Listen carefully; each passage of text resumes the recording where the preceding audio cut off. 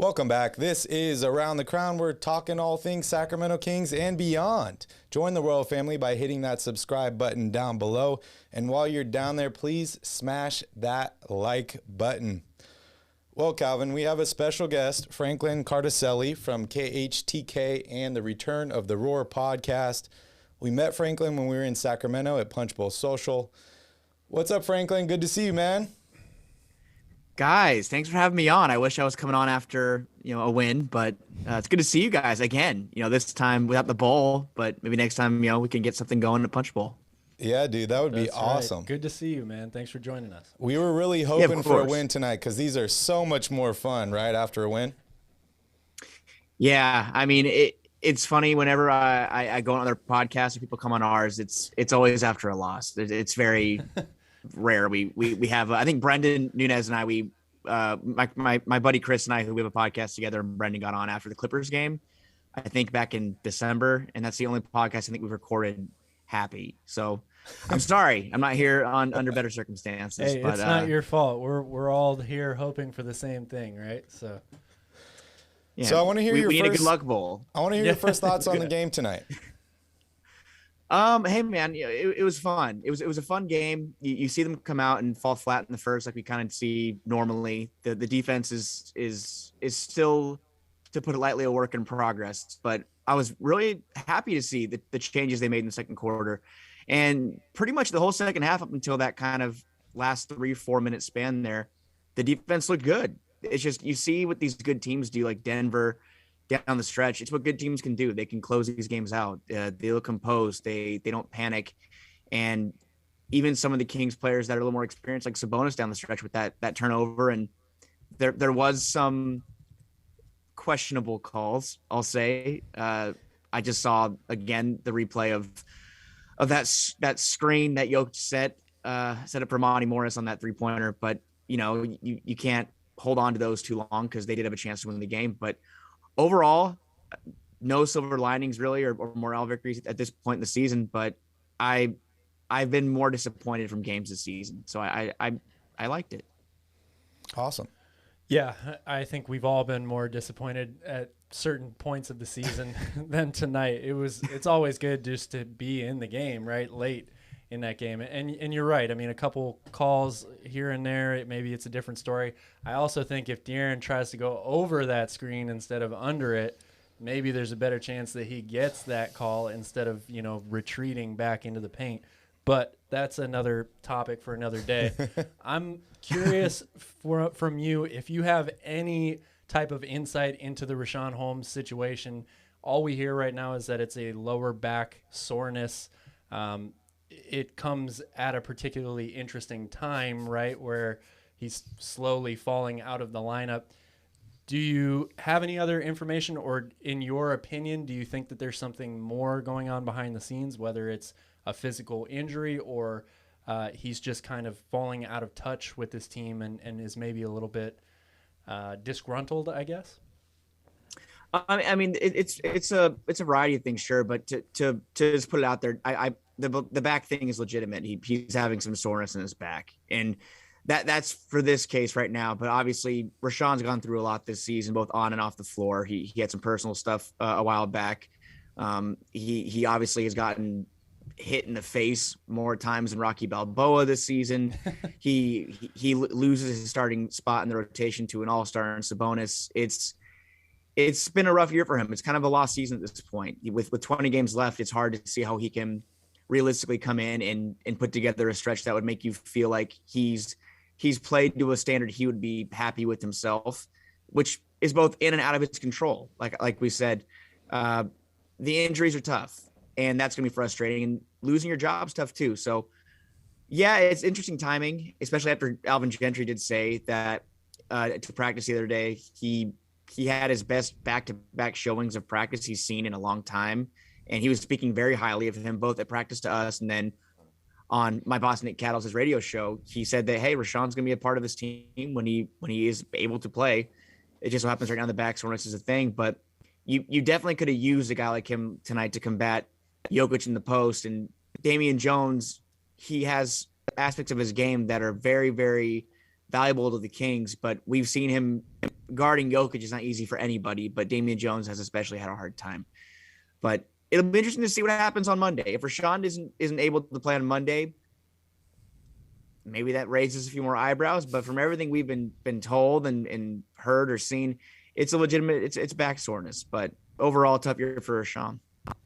Yeah, I agree. It is a really tough year. And as you mentioned, I was just like, every time, it's almost comical how much this guy's getting hit in the face and like hit in the eye. And that's no disrespect or anything at all. It's just like, come on, man, just over and over. Like, how bad is your luck that this keeps happening to you? I think we all expected him to be moved before the trade deadline after losing his starting spot. I want to know from you, is this, or whatever happens through the rest of the season, how is that affecting his trade value? Do you expect him to be traded in the offseason? And ultimately, what do you think he is worth? I still believe he's going to be traded in the offseason. I think that the team was trying to do so prior to the deadline.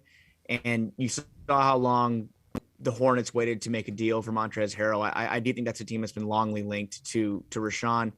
I still think he could bring back either a high-end rotation piece or a first-round pick, probably a mid-late first-round pick at that. But I don't think his value has been diminished too much this season. Again, it's been injuries. It hasn't been a knee injury or a foot injury, anything scary that you see in big men.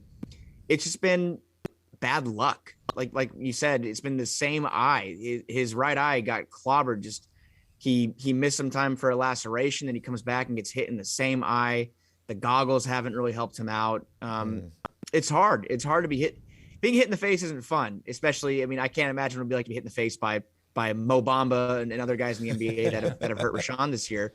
So I believe his value isn't diminished. He's a guy who's on a respectable contract. He's still fairly young. He's 28 years old, under team control for 3 more seasons. It's going to be interesting to see how it unfolds, but I would be pretty shocked if the Kings went into next season with Rashawn, especially because you have Alex under contract still as a backup center. You have a guy like Damian Jones who will be a free agent, but I know the team really likes him. And I personally have liked what I've seen from Damian Jones as a backup center. The fact that he can stretch the floor and he's athletic. He's a guy that the Kings could roll with next year. But it's kind of crazy how fast things change from the day Rashawn signs that new deal to where he is now. But we've seen things can change very quickly, like we saw with the Tyrese Halliburton situation and a million others in the NBA. That nobody is untradeable at any time, and in basketball or any sport, really, things can change at the drop of a hat. So, I would be pretty surprised if Rashawn was back with the Kings come October. Yeah, I agree. Since we're talking about the offseason, I get the sense that a lot of Kings fans are split right now in terms of whether or not they want to see this team make the push for the play-in / playoffs, whatever, or they want to see them just lose and continue to build for a better draft pick. We had Matt George on our show the other day. He said that he would be very surprised, or he'd be willing to bet a lot of money that Monty trades this pick and tries to upgrade the talent on the roster. I know it's a little hard to make a prediction because we don't really know what draft pick the Kings are going to end up with right now. But do you agree with that? Do you get the sense that this front office is thinking about another big splash and using that draft pick in order to try to get that achievable? Or are they going to maybe keep the pick and use it on somebody they like in the draft instead? Yeah, I agree with Matt. I do think that, and again, it's a difficult question, I guess, because if the Kings, unlikely in my opinion, but if they win 7 of their next 11, right, and they hurt that pick, and that makes it a 9-10th pick. Obviously, it diminishes its value a little bit, but if they keep playing the way they're playing and they get a top 5, top 6 pick, you package that with Rashawn Holmes, you can get a really good player back. In my opinion, you can get someone very good back, or just the pick itself could bring back value. And again, if there's a guy there that they do like, by all means, I mean, if they think that Chet Holmgren's going to be someone they want, or Paolo Banchero's guy they want to get, I could see them doing that. But I think with the fact that Domantas Sabonis has 2 more years after the season, De'Aaron Fox, he will have 4. The clock's been ticking on him for this whole season. I would be pretty surprised if they didn't trade that pretty attractive asset in a top 5, top 6 pick for someone who's kind of a win now player. And I'm not sure who that is at this point, because again, we have to see what happens for the rest of the season and see what deals do and don't get extended, or who's unhappy in what situation. But you see it on a nightly basis. The Kings are one player away. In my mind, they're one good, very good player away. And obviously they need more shooting. That's also something that needs to be addressed, because the 3-point shooting just has not been there since they traded away Buddy and Tyrese. But they're one high-end rotation piece away, I believe, from being a 6 to 8 seed. Yeah, I mean, I sure hope so. That's what I've been hoping for a really long time. And, I really do hope that's true. You mentioned things move really fast here in the NBA, and I agree with you there. I want to hear your thoughts on Davion Mitchell. Another disappointing performance for him, at least offensively tonight. 0 points. I think that this guy still has a ton of value. I'm really high on Davion. Do you see Davion potentially being moved in the offseason with the pick, or with Rashawn as an upgrade? Like, the Kings have brought in so many guards. We look tonight at all the minutes for everybody, and it just doesn't seem like there's enough to go around. Yeah, he looked really comfortable in that starting role, and that kind of has piqued my interest as far as, is that something that the Kings might be looking to do long term? And one of the priorities for them is to go find a backup point guard next season. Obviously, it's a little undersized having him and De'Aaron run 1-2, but it's something I think that the team envisioned when they drafted him. I know that when they drafted Tyrese and Davion back to back, and Tyrese even said it in an interview this past week with JJ Redick, that they kind of knew someone was going to go internally, like in their heads, they knew that one of those three were going to go. So the fact that Davion's been struggling in this bench role again after thriving in a starting role, it kind of makes me wonder, hey, what would happen if the Kings are out of it in 4 or 5 games? They just finish out the season running Fox and Davion together and seeing how it works. That's kind of what that time is for, seeing what works and what doesn't. Mm-hmm. I think tonight, obviously, he struggled. In my opinion, he had the roughest game he's had as a primary point guard. He turned the ball over a lot there in the first half and didn't play much at the end of the game. His shooting has been spotty, but since December, it's been good. The shot looks good. He has a good looking shot. The form is great. It's kind of reminds me of this is a bad thing to say. It's kind of like when Ben McLemore was here. Whenever the ball leaves his hands, I'm like, okay, it looks good. When Davion shoots the ball, I feel good though. I feel like it's a good shot whenever he takes him. He doesn't really force too often, and that's something I think is really valuable for a guy who's a rookie. And sure, he's an older rookie. He's 23, but the fact that he is as old as he is, and as for the most part polished as he is, I'd like to think tonight was an outlier, and the shots will fall when he gets more comfortable.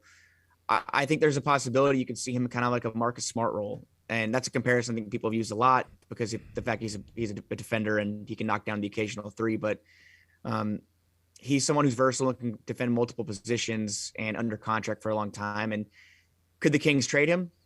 As we've seen, anyone can be moved, but it is someone that they're high on. And I could only see him really being moved if it was like a total swing for the fences move. If they wanted to go out and get, I'm talking superstar name, I think a package of Davion, Rashawn, and the first pick, whether it be a top 5 pick or in that case, but that could bring you back something valuable, very valuable. But like a Bradley Beal or somebody.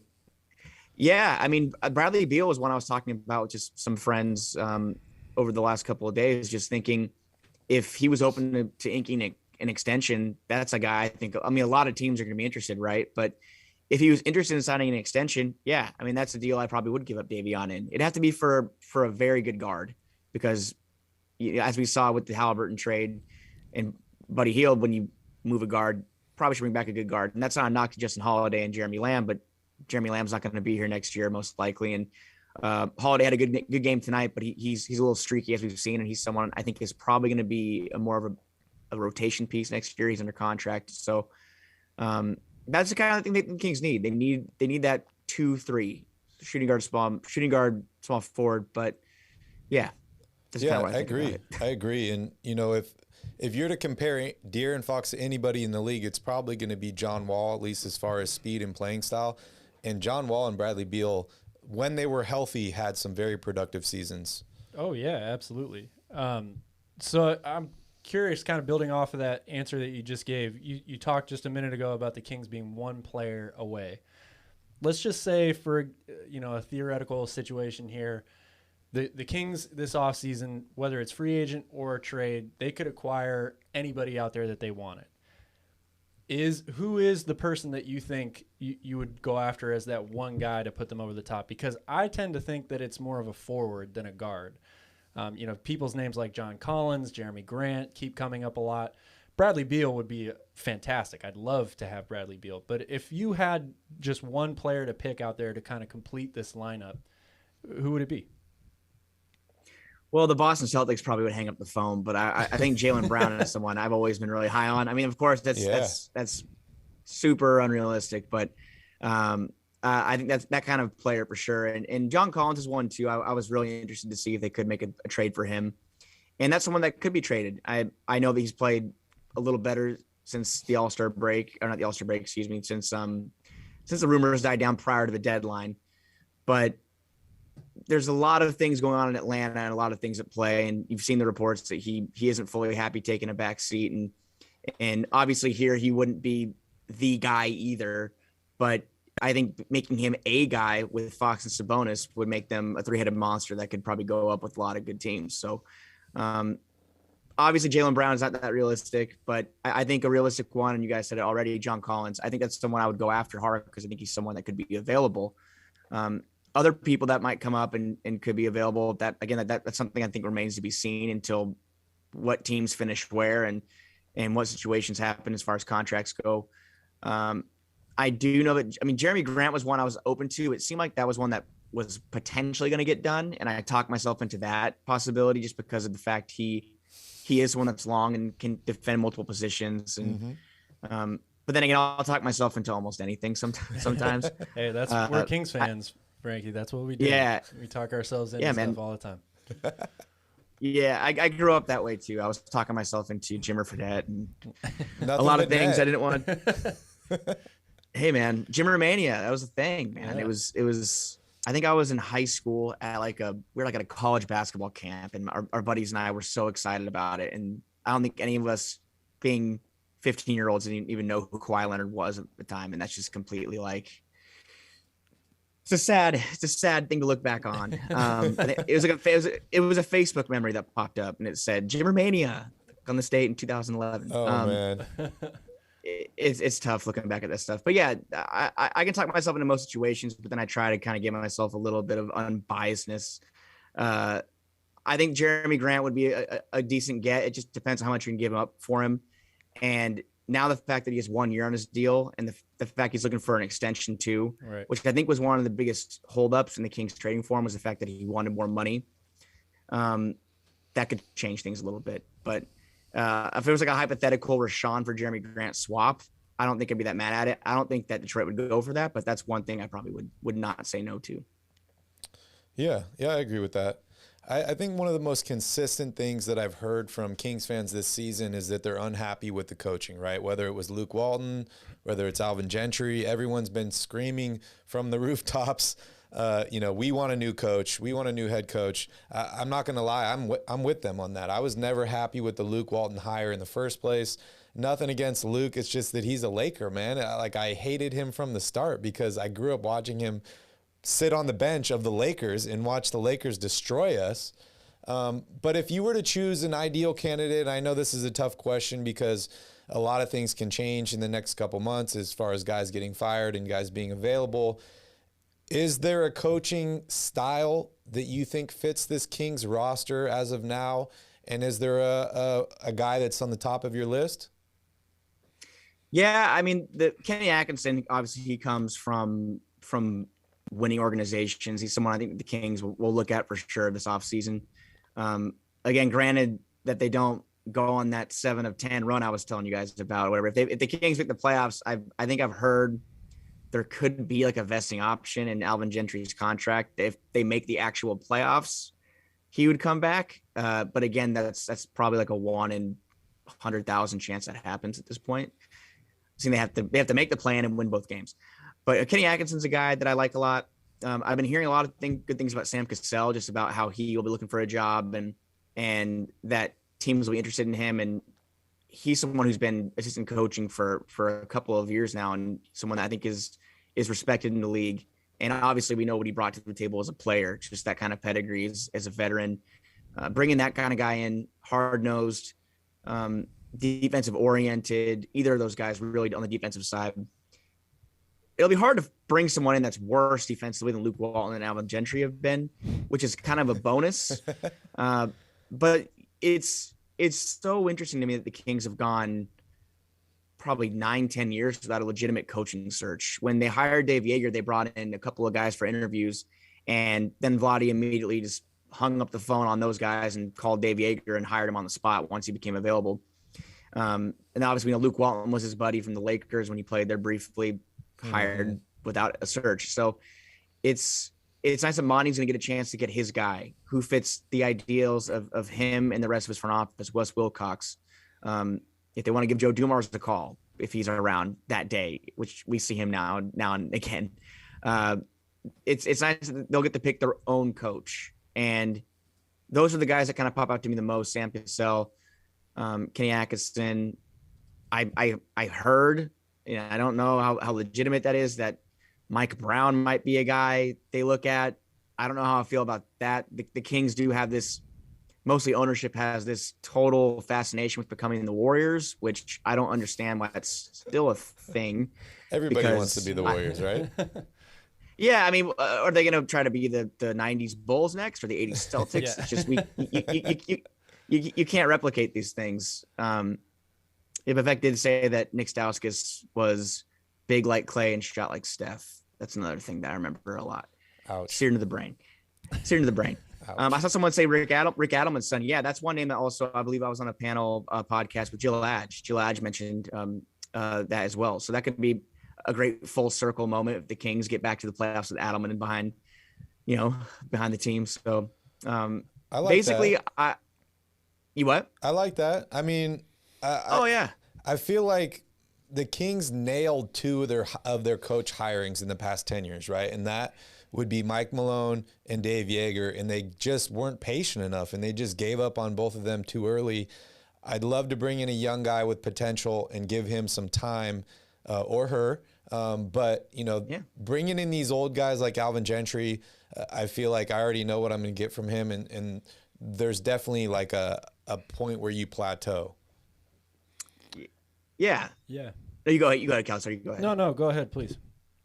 No, I was thinking Alvin Gentry. I mean, he didn't want to be the head coach. He took this job as an associate head coach, and we read and heard that they had to make some tweaks to the contract, and he's also 67 years old. He's been coaching for 34 years. That wasn't why he came to Sacramento, to be the head coach, and he's been great. He's hilarious with the media. He's a walking soundbite, a real nice guy, and I don't point any fingers at him, really. I mean, obviously he made a couple questionable decisions with sitting Fox and Sabonis and Barnes to begin the game the other night on Thursday, but for the most part, it's been out of his hands. It's in one of the main reasons why, and I didn't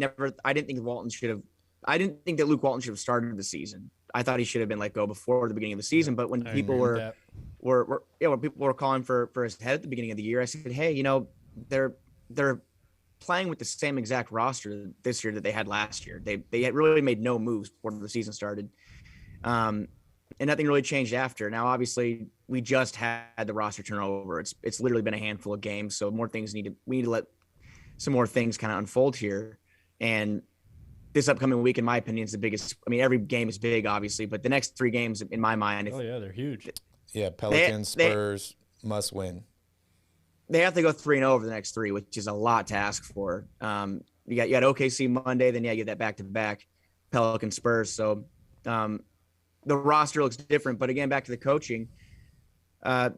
Gentry probably won't be here at the beginning of next year, but I just wanted to kind of just put out there how much I think that how great he's been with the team and the guys and taking this challenge that he didn't really ask for head on. And the team will be better for it next year, bringing in somebody else. But hey, you have the cards that you're dealt, and Walton did it.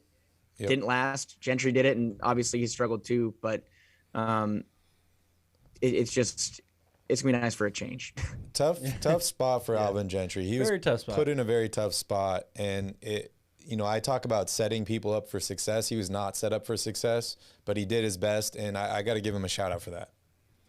Yeah, I'm with both of you. I think that people are blaming Alvin Gentry a little too much, in my opinion, for the way that the team has performed overall. Certainly, he's not completely void of any blame. I mean, he's the current head coach on this team, so he deserves a little bit, but I think people are giving him maybe the short end of the stick. I do want to ask you, though, about playing style right now with the way this Kings team is playing. We've heard, ever since the beginning of this season, they're going to play fast. They're going to play so fast. They're going to be the fastest team ever, blah, blah, blah, blah, blah. And then Alvin Gentry takes over, and it's like, okay, now we're really going to play fast because Alvin Gentry was the guy that did the 7 seconds or less, all that stuff. Yeah.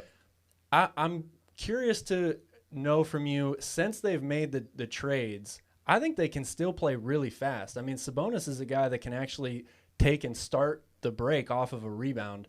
There aren't many centers in the NBA that can really do that, especially one that's as good of a passer as he is. Do you think that this team could or should play a little bit faster than they are right now? Yeah, I mean, they have speed. And like you said, Sabonis is a guy who can play, it's a point center. And I feel very comfortable watching him bring the ball down. It's better than pretty much anybody on the Kings roster over the past 2 years that hasn't been named De'Aaron Fox or Tyrese Halliburton. Just seeing him on the break, how comfortable he looks. Obviously, we know that De'Aaron Fox has probably the top speed in the league. Davion Mitchell is a guy who has underrated speed too, and obviously didn't really have the handle or the playmaking tonight. He had some bad passes and some bad decision making.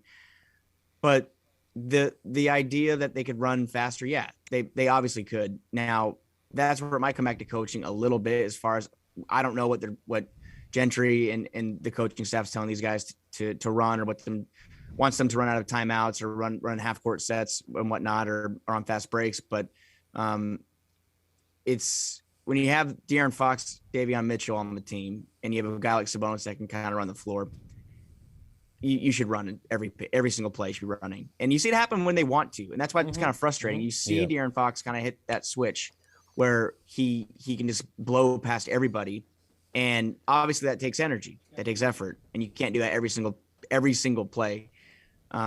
But other guys should be able to step up, and that might be more of a personnel thing as far as getting guys on the team that can do that more often than not. But you have that core, you have that speedy playmaking core in Fox, Mitchell, and Sabonis, and the outside of that, there isn't too much speed on the team with Halliburton gone. Buddy's a guy who did run. He led the NBA and miles ran, or was top 3, I believe. He never stops running. So you subtract those guys and you bring in some other people, and that might be what's hurting the pace a little bit. But I think it's kind of getting a new coach in there and getting a new scheme and getting what you want your players to do out of the timeouts, what you want your players to do off of a made basket by your opponent. Those are things you need to figure out, because it's different each time. Yeah, they got to figure something out. At least, like early on in the season, if you were to ask me what was their style of play, I couldn't really tell you because it was so inconsistent. At least now it seems like they're trying to build something, but I do think that they need to bring in a new voice, a new coach that has to start from scratch. They need their own training camp. They need to put a system in place, and then Monty will be able to sort out the rest of this roster and say, hey, this guy doesn't fit. Maybe we need to upgrade here. What do we need to do here? I'm really excited for Monty to finally have that become his team, right?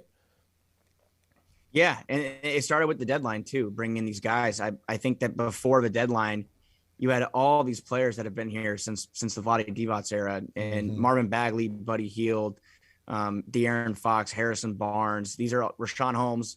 A lot of these guys had started the season on the team. It was basically the first 6-7 players in the rotation this year are the same exact players that were in the rotation at the end of 2020. So it's a start. Just having these new guys come in, the roster looks a lot different. And De'Aaron Fox, he's going to be here likely again. No one's untradeable, but you have to believe that him and Sabonis are going to be in it for the long haul, at least for the next 2 years while Sabonis is under contract. And everything else, that's up to Monty to surround these guys with players that can help them win, to bring in a head coach that can take them to the next level. You have to wonder how much of the staff would stay intact. I mean, Doug Christie's been a guy who It's his first year as a head coach, and he did an admirable job with all the COVID things going on. And is he someone you want to keep around? Bobby Jackson running Stockton, bringing along the young guys. It could be a nice point of change for this team, a change of direction. So it'll be interesting to see what Monty does, what decision he decides to make as far as who stays, who goes from the staff, who stays, who goes from the core. Does Harrison Barnes stay? That's really what has to happen this offseason. There needs to be that big push that gets them over this hump, because the talent's here. They have Sabonis and Fox, two guys that can make the All-Star team. Yeah, what else can you bring agree. around these guys? I agree. And I heard you mention Joe Dumars a little bit earlier. As Calvin mentioned, we had a podcast with Matt George just a couple days ago, and he mentioned about all these advisors that Vivek has had over his tenure as owner of Sacramento, one of them being Joe Dumars is his current advisor. What do you feel as far as the impact on the ownership group having a say in this new system, this new coaching staff, these new players? Has Vivek finally turned over a new leaf and he's like, I hired a competent GM, I trust him, I'm going to let him make these decisions? Or is he and Joe Dumars or whoever else behind the curtain still there kind of, pulling a little bit? Yeah, to me, I believe that's what's happening. I think that Vivek is letting Monty do his job. I don't think if Vivek had and again, I have no knowledge to support this. This is just in my mind. I believe that Vivek would not love trading Tyrese Haliburton, a player who is as marketable as it gets for this market in Sacramento, as far as jersey sales, fan favoritism. Monty made that move because that's the guy that he wanted, and that's the guy who he believes in that can take the team to the next level. And that's one thing that made me kind of think when it happened. One of my initial reactions and thoughts was, wow, that was Monty on his own. Like, he made that move. He said, I'm trading Tyrese Haliburton and bringing an all-star center. Whether the fans like it or the ownership likes it or not, this is what I believe. And as an analytical guy who comes from a winning organization where they made the playoffs 8-9 years straight in Houston, he has faith in this move working out. And I think that that shows that the front office Vivek's not meddling like he used to. And you've seen these advisors, they come and go. You've seen Chris Mullen come and go. Joe Dumars is in and out, as we know. He's not a guy that is in Sacramento. He's not in Sacramento. He's out of Sacramento more than he is. So that's music to my ears, some peace man. of mind. That's music to my ears hearing that. I really hope that's the truth. And I kind of see that too. I as soon as that Haliburton trade went down, I was like, this is Monty McNair doing his thing, right? Like, he realized something needed to happen. Tyrese has got to be one of the most beloved Kings players of all time, which is crazy considering his, short amount of time here in Sacramento. But he was definitely a favorite player of mine. I don't think I've even talked or ran into somebody that was not a big fan of Tyrese Haliburton. I guess you could say Leo was call him a role player or whatever, but he does whatever he wants there. But I got one last question for you, Frankie, and I want to thank you so much for joining us on the show. We really appreciate it. I know we planned to have you on a few days ago, and we had some other things going on, so we appreciate you coming tonight. But my last question for you is, and I ask this to all of our guests that we have on the show, it's a difficult question. Is there a way the Kings can finish this season and be successful? Is it possible? Is it not possible? But is there one thing that you can see from this Kings team through the rest of the season that makes this season a success to you? Yeah, and some people might say this is kind of what the Kings have been doing for the past 16 years, having guys that are putting up numbers and they don't mean anything. But in my opinion, Fox and Sabonis working out. And you've seen what they've been doing on the floor together. Tonight, both double-doubles. Sabonis almost triple-double. De'Aaron scored 20 points or more in every game they played so far. Seeing that dynamic work, in my opinion, is one of the biggest takeaways for the season. As far as this works out the last 20 games, knowing that this core, this duo, you have a guard and center that can play together and they play together well. That's a huge plus going into next season. And I was telling someone today that this beginning next season with Fox and Sabonis on the roster, it already has me more excited than I've been for the past couple of years, knowing that you get to start the entire season with De'Aaron Fox and Domantas Sabonis on the roster, it just kind of makes me feel a little more hope than I would have had without it. But obviously, I would love it if they could rip off a run here and make it interesting. I would love it if they can make it interesting for the play-in. Like we talked about, I think they're trading the draft pick, and I know that the players have said it and players believe it. They don't care about that. They want to win every game. You hear them say it every night. We hear them say it at practice. They aren't convinced about where the Kings are going to pick next year, because a lot of them don't even know if they're going to be here next year. They don't know where they're going to be playing. All they want to do as athletes is go out there, compete, and win. And games like tonight, I feel good about that. If the Kings play every game like tonight and they lose for the next 20 games, I mean, morale victory, sure, but I'll take that. The fact that they're fighting every night, they're competing, they're playing well, they're getting beat by teams that are better than them. That's something that I think I can take as something to build off of. Competing against these good teams, having your core of Fox and Sabonis and watching them play well, setting yourself up to win by building that culture of we're not going to get rolled over and get smacked in the mouth like they have been for most of the season. That's where things change. And obviously winning is a part of that too. And it may come, it may not for the last 20 games, but you can start with how you play each night and how you play together. That's just kind of where I think that my priorities lie. Yeah, that's a good answer. Good point, man. Good point. Real quick, Frankie, before we get you out of here, are you a 2K guy or a video game guy at all?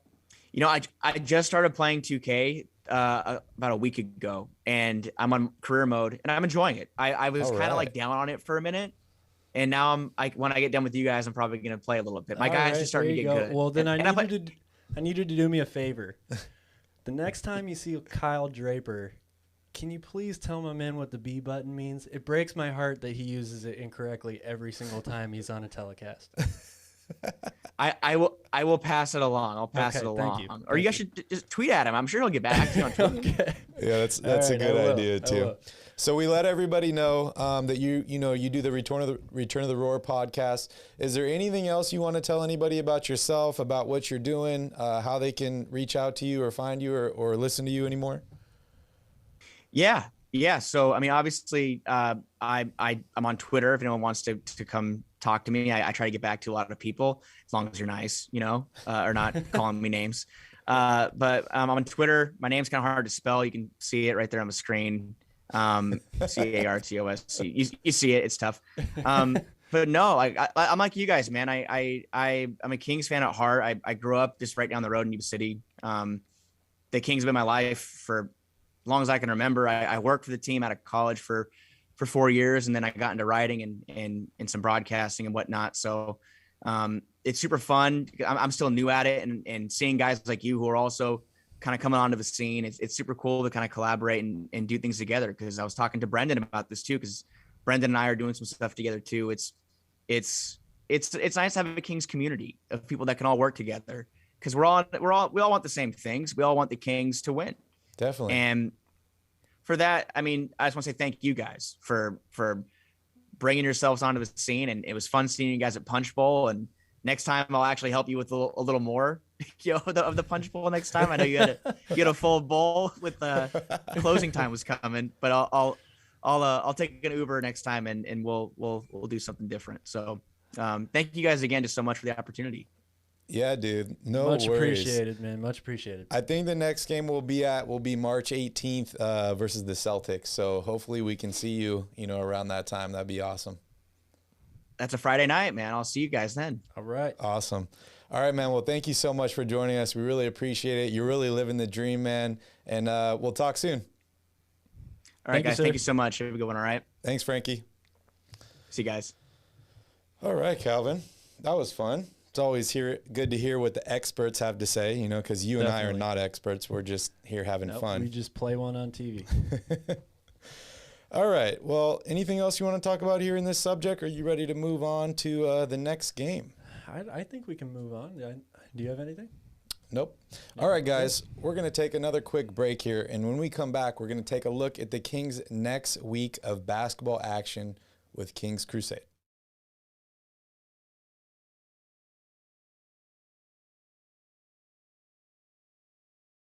Welcome to Royal Rebounds, a Sacramento Kings YouTube channel for fans by fans. The Kings continue their crusade to hopefully stop losing games and maybe make it to the playoffs eventually. Next up is the Oklahoma City Thunder. If you're a Kings fan, make sure you hit that like button down below, and please consider subscribing to the channel. So, Calvin, as Frankie mentioned, the next 3 games are must win. They're very important.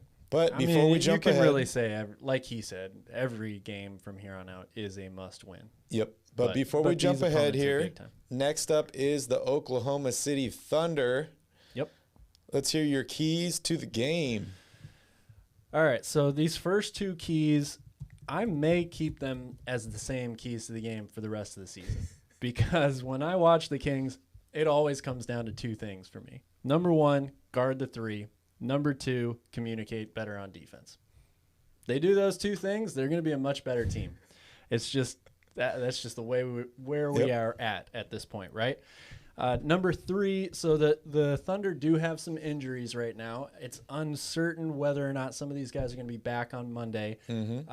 Lou Dort is currently out right now. Josh Giddey is also listed as day-to-day. So that's obviously helpful if you're the Kings. However, as we know from recent history, it doesn't really matter who's playing and who's not playing in some of these games.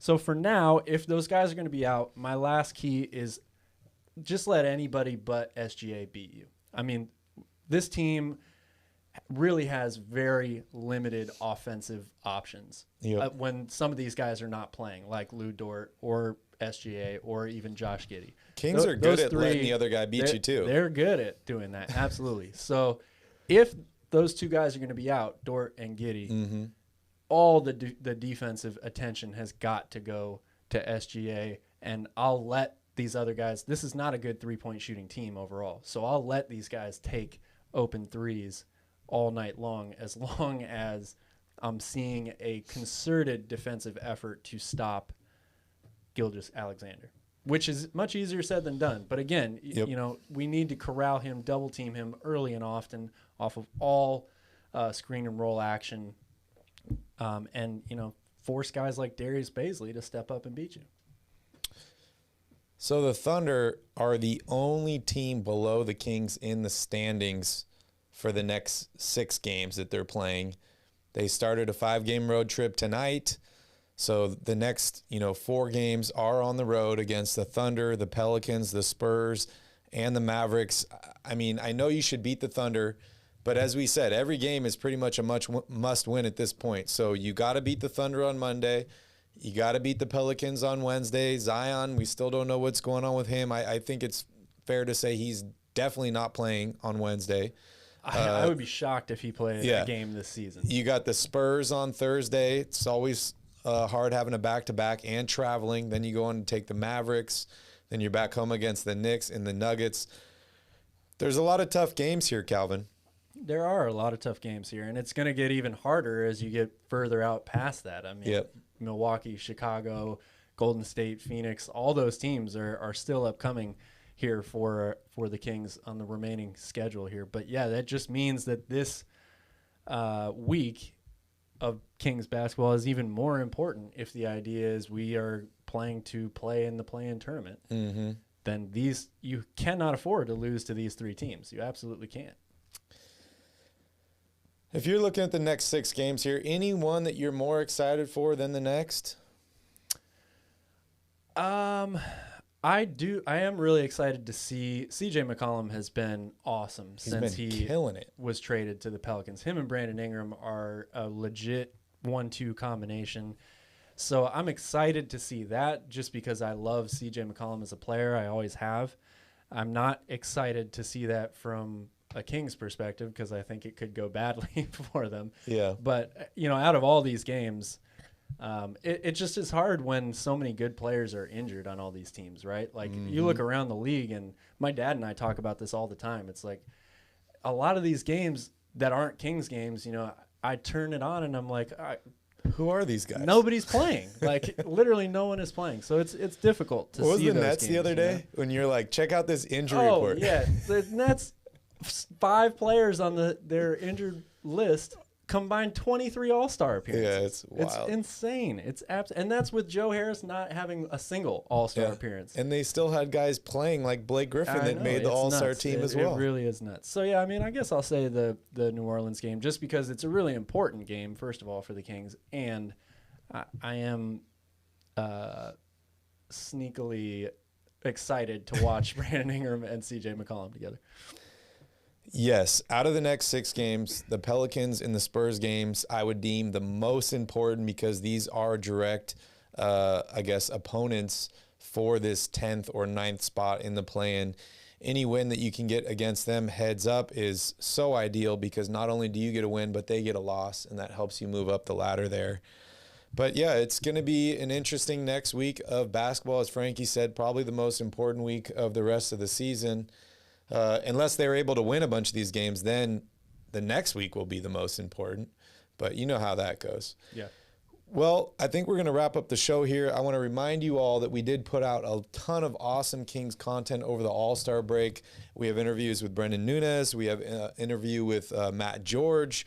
We got an amazing Kings collection where we go through our jerseys, our hats, our jackets. We got autograph memorabilia. We're going to be releasing a studio tour here pretty soon. So make sure you guys check all those out. And we had an awesome Royal Report yesterday that you guys can see. Shout out to Mike Monticello, who was selected as the Fan of the Week. Fan of the Week. If you guys are interested or want to be the Fan of the Week and get on the Royal Report, all we need you to do is send us a 60-second video telling us why you're a Kings fan and why you love the Sacramento Kings. Yeah, you can send it to us on Instagram. Just private message it to us at Royal Rebounds. You don't need a special studio or anything. You can take it on your phone. We just want to hear from you and why you still support this team, because we do, and we know it's difficult, and we just want to know what your motivation is. Gothan, I'm looking at you, buddy. Yep. Just saying. All right, guys, we're going to wrap it up here. Thank you so much for joining us on another Royal Rebounds podcast. Make sure you guys smash up that like button down below. Make sure you hit the subscribe button. If you would like to support the channel even more, you can check us out at royalrebounds.com. We have an awesome shop there with some team gear. And you guys Matthew, if you send me a 15-page essay, I guarantee you I'll read it. I will guarantee you that. You guys have a wonderful night. Sleep well, and we'll see you all on Monday for Post Game Live. Thanks, guys. Go Kings.